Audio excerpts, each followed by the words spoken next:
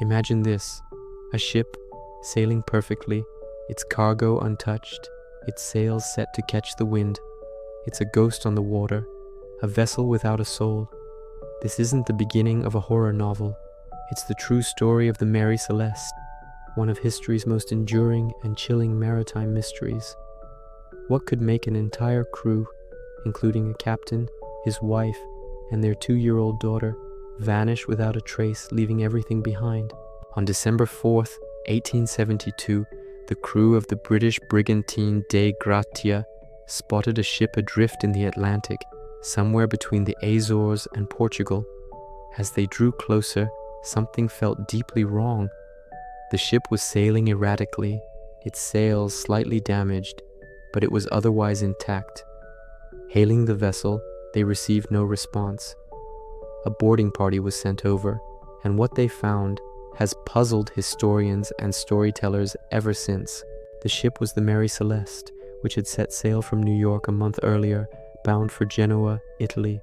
Stepping onto the deck was like stepping into a frozen moment in time. The ship was completely deserted. Not a single person, living or dead, was aboard. But the strangest part, everything else was almost perfectly in place. The cargo hold was full of over 1,700 barrels of industrial alcohol, all accounted for and seemingly undisturbed. In the crew's quarters, their belongings were neatly stowed, their oilskin boots and pipes left behind, as if they intended to return at any moment. In the captain's cabin, his wife's sewing machine had a piece of clothing still under the needle. A small organ was in its place, and a child's toys were scattered about. Even more bizarrely, there was a 6-month supply of food and fresh water on board. There were no signs of a struggle, no bloodstains, no indication of violence or a pirate attack. Pirates would have certainly plundered the valuable cargo and the crew's personal effects. The only things missing were the crew, the ship's single lifeboat, the chronometer, and the sextant, vital navigational tools. The ship's logbook was found, with the last entry dated 10 days prior, November 25th. It recorded their position near the Azores and mentioned no trouble, no distress, nothing out of the ordinary.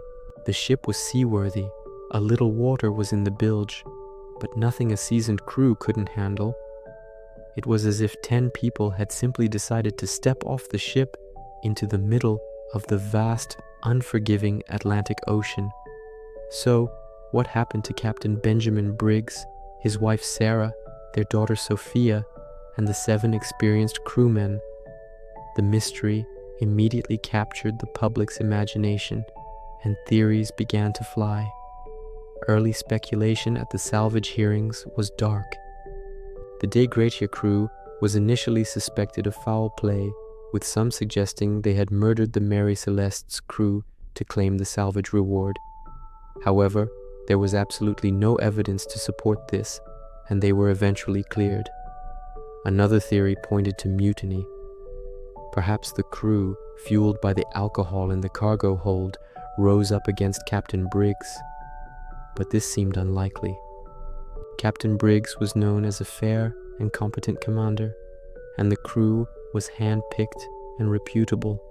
Plus, the cargo of denatured alcohol was undrinkable. And again, where were the bodies? Where was the evidence of a fight? Over the years, the theories have only grown more imaginative.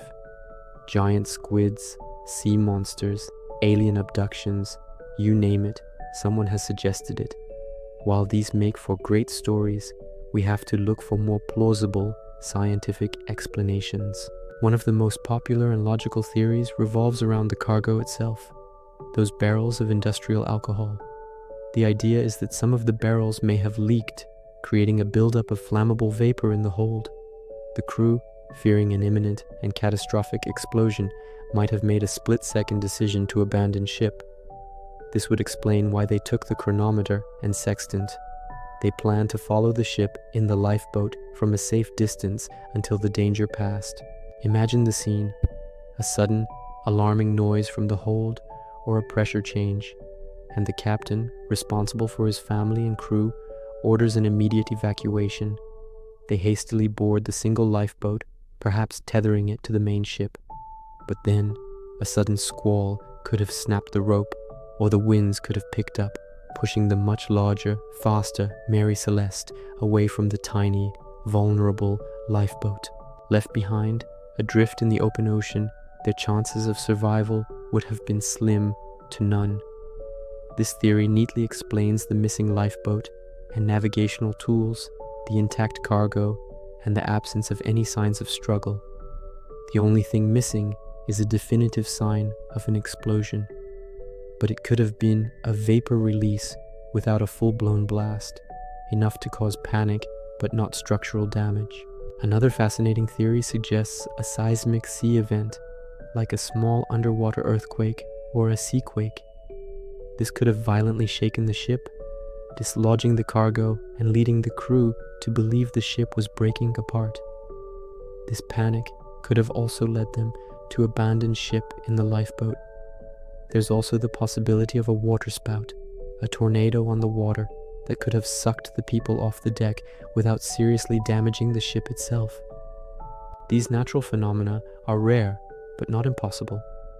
One of the more mundane, yet plausible theories involves a simple navigational error combined with a malfunctioning pump. The last log entry placed them near the Azores. Perhaps their chronometer was faulty, and they thought they were close to land when they weren't. If, at the same time, the ship's pump failed and water began to rise in the bilge faster than they realized, they might have mistakenly believed the ship was sinking and abandoned it. When the Dei Gratia crew boarded, they found the sounding rod used to measure water in the hold lying on the deck, suggesting the crew was indeed concerned about taking on water. The story of the Mary Celeste has been embellished over the decades. Arthur Conan Doyle, the creator of Sherlock Holmes, wrote a fictionalized short story about it, adding sensational details like teacups still warm and meals left half-eaten, which were not part of the original account but have become stuck in the popular narrative. These fictional elements have only deepened the mystery, blurring the line between fact and folklore. But even without the embellishments, the core truth is haunting enough.